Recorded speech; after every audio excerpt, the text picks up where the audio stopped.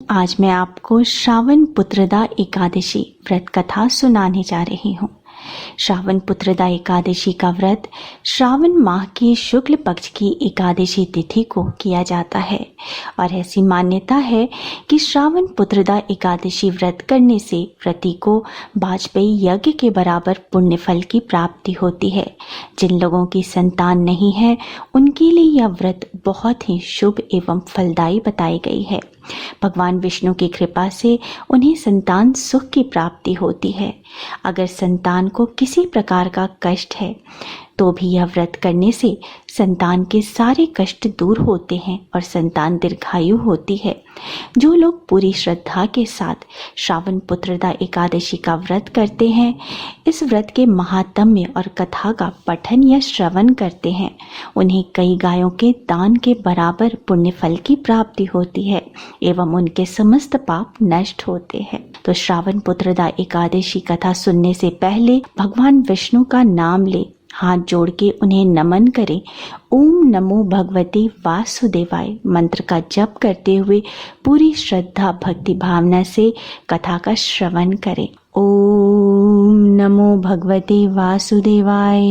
एकादशी के महात्म्य का आनंद लेते हुए धनुर्धर अर्जुन ने कहा, हे प्रभु, ये कल्याणकारी और महापुण्यदायी कथाएं सुनकर मेरे आनंद की सीमा नहीं है और मेरी जिज्ञासा बढ़ती ही जा रही है। हे कमल नयन, अब आप मुझे श्रावण माह के शुक्ल पक्ष की एकादशी की कथा सुनाने की कृपा करें। इस एकादशी का क्या नाम है तथा इस व्रत का क्या विधान है? इसमें किस देवता का पूजन किया जाता है और इस व्रत करने से किस फल की प्राप्ति होती है? श्री कृष्ण ने कहा, हे धनुर्धर, श्रावण माह के शुक्ल पक्ष की एकादशी की कथा के श्रवण मात्र से ही अनंत यज्ञ का फल प्राप्त होता है। हे पार्थ, द्वापर युग के प्रारंभ में ही महिष्मती नाम की एक नगरी थी। उस नगरी में महाजित नामक एक राजा राज्य करता था। वह पुत्रहीन था, इसलिए वह सदा दुखी रहता था। उसे वह राज्य सुख और वैभव सभी कुछ बड़ा ही कष्टदायक प्रतीत होता था, क्योंकि पुत्र के बिना मनुष्य को इहलोक और परलोक दोनों में ही सुख नहीं मिलता। राजा ने पुत्र प्राप्ति के बहुत उपाय किए, किंतु उसका हर उपाय निष्फल रहा।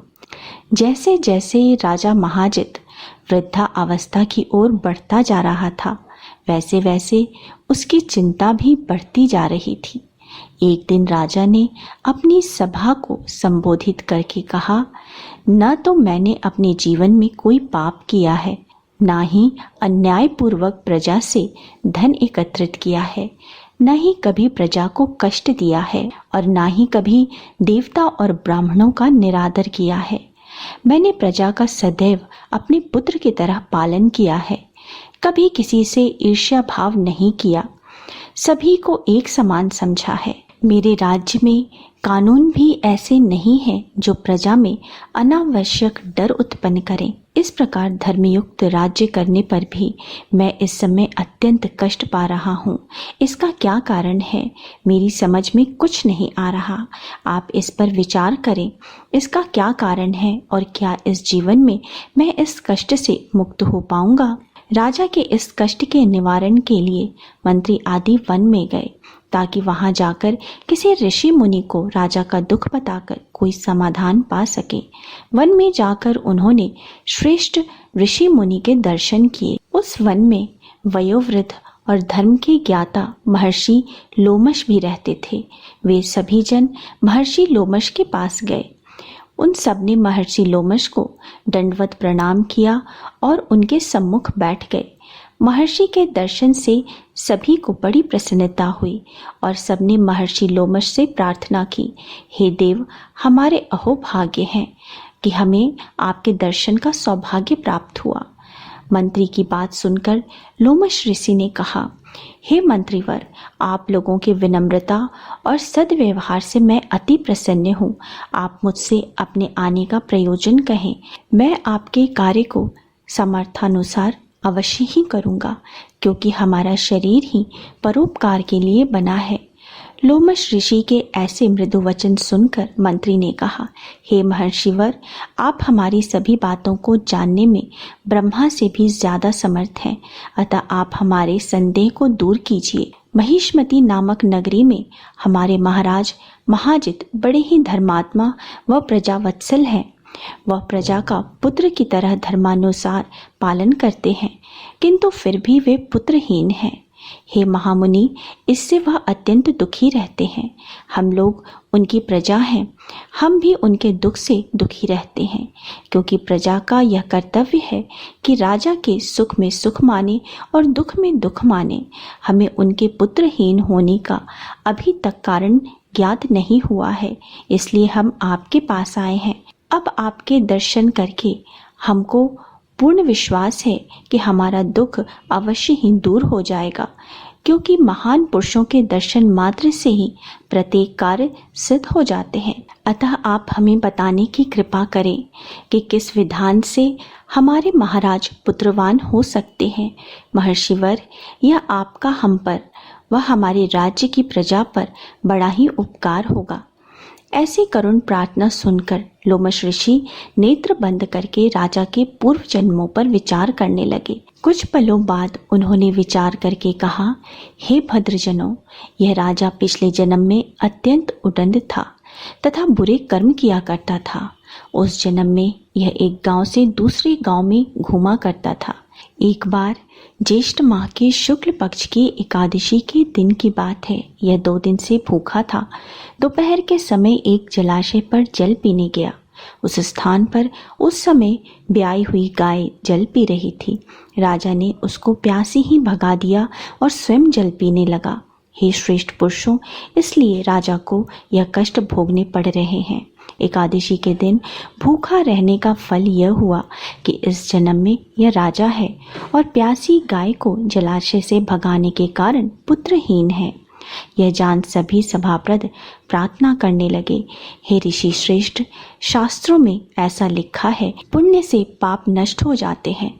अतः कृपा करके आप हमें कोई ऐसा उपाय बताएं जिससे हमारे राजा के पूर्व जन्म के पाप नष्ट हो जाएं और उन्हें पुत्र रत्न की प्राप्ति हो।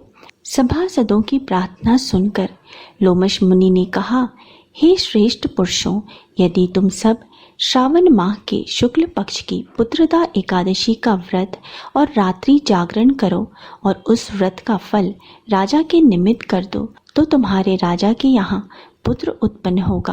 राजा के सभी कष्टों का नाश हो जाएगा। इस उपाय को जानकर मंत्री सहित सभी ने महर्षि को कोटि कोटि धन्यवाद किया तथा उनका आशीर्वाद लेकर अपने राज्य को लौट गए। तदुपरांत उन्होंने लोमश ऋषि की आज्ञानुसार पुत्रदा एकादशी का विधान पूर्वक उपवास किया और द्वादशी को उसका फल राजा को दे दिया। इस पुण्य के प्रभाव से रानी ने गर्भ धारण किया और 9 माह के पश्चात एक अत्यंत तेजस्वी पुत्र को जन्म दिया। हे पांडव पुत्र, इसलिए इस एकादशी का नाम पुत्रदा पड़ा। पुत्र की इच्छा रखने वाले मनुष्य को विधान पूर्वक श्रावण माह के शुक्ल पक्ष की एकादशी का व्रत करना चाहिए। इस व्रत के प्रभाव से यह लोक में सुख और परलोक में स्वर्ग की प्राप्ति होती है। अर्थात कथा का सार यह है कि पाप कर्म करते हुए मनुष्य यह नहीं सोचता कि वह क्या कर रहा है, परंतु शास्त्रों के विदित होता है कि मनुष्य का छोटे से छोटा पाप भी उसे भयंकर दुख भोगने को विवश कर देता है। अतः मनुष्य को पाप कर्म करने से डरना चाहिए, क्योंकि पाप नामक यह दैत्य जन्म जन्मांतर तक उसका पीछा नहीं छोड़ता।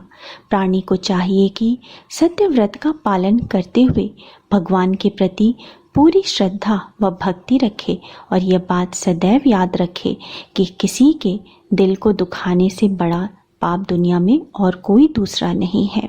ओम नमो भगवते वासुदेवाय। सभी जन मिलके बोलो लक्ष्मी नारायण की जय। दोस्तों, उम्मीद है आपको मेरा आज का वीडियो पसंद आया होगा। अगर वीडियो पसंद आया है तो वीडियो को लाइक कर दीजिए, परिवारजनों के साथ, दोस्तों के साथ शेयर कर दीजिए और मेरे चैनल को सब्सक्राइब करना मत भूलिए। मिलते हैं अगले वीडियो में। तब तक स्वस्थ रहिए, सुरक्षित रहिए और अपना बहुत बहुत ध्यान रखिए। जय माता दी।